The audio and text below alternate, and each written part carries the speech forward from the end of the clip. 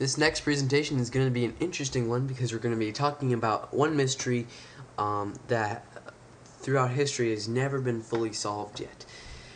That is the lost colony of Roanoke. Now, how does this tie into exploration and conquest, you may ask? Well,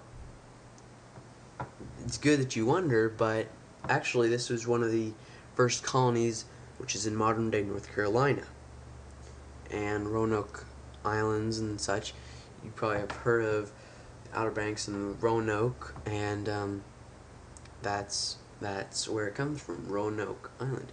So this is Sir Walter Raleigh, who was the founder of Roanoke, and my sister says that he looks like a girl, and that's true, he kind of does. But that was the fashion back then for men, so despite the fact that Sir Walter Raleigh may look like a female, he's not. He's a man, and he was the founder, or one of the founders, of the Roanoke colony in the Outer Banks of North Carolina.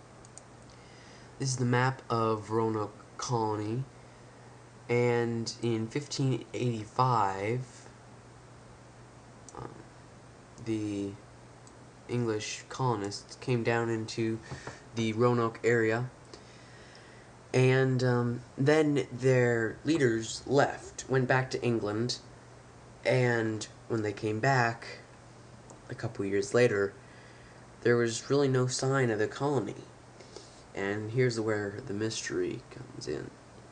What they did find, however, was a couple carvings in wood. One was the word Croatoan, C-R-O-A-T-O-A-N, which was a which is the name of a neighboring Indian tribe, and on another tree there was the words C-R-O, crow, carved in. So that's all that was found of it's all that remains of the Roanoke colony. It's a great mystery. And personally, I think that for some reason, which, yes, this would be the mystery, for some reason the colony assimilated itself with the Indians of Croatoan. It was before the Englishmen left back to England. They kind of made this deal where if the colonists had to ever leave, they would tell where they were going.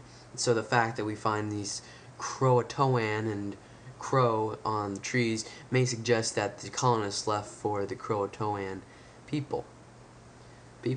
Also, there have been accounts where throughout the 19th century where several accounts report that some of the Indians in North Carolina had some European features, such as paler skin, blue eyes, blonde hair, that kind of stuff, and they didn't look quite as Native American as the others. So that too is also a clue as to maybe that the colonists became part of the Croatoan people, and later went on to, maybe become more Native American-like, and kind of assimilate themselves with the Native Americans.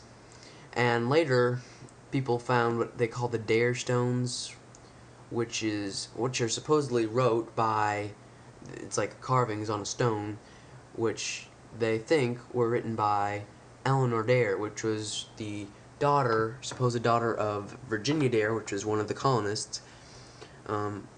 Actually, she was born in the colony, but they aren't sure whether or not the Dare Stones are fact or fiction, whether they're a fraud or if they're genuine. However, most people nowadays tend to think that the Dare Stones are fraud. But that leaves you to go out and try and figure out what happened to the lost colony of Roanoke. And there's clues out there. We just gotta find them and piece them together. And who knows, maybe we'll never be able to know what happened to the lost colony of Roanoke.